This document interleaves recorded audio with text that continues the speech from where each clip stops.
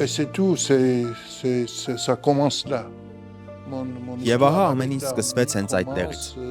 Հայաստանի հետ իմ սիրո պատմությունը սկսվում է հենց այդ օրվանից, 1988 թվականի դեկտեմբերի 10-ից։ Հասա Փարիզի Օրլիի օդանավակայան։ Այնտեղ ինձ արդեն իսկ օդանավ էր սպասում մի քանի այլ բժիշկների և 2 թարգմանիչների հետ։ Օդանավը լիքն էր բուժ սարքավորումներով։ Միայն օդանավի հետնամասում էր մեզ նստելու տեղ բաժին հասել։ Այն շատ փոքր տարածք էր, մոտավորապես 2-3 քառակուսի մետր, որտ ուղեկցորդուհի չկար։ Անձնակազմն ինձ որտ ուղեկցորդ նշանակեց։ Սովորեցրին, թե ինչպես պետք է փակեի օդանավի դռները։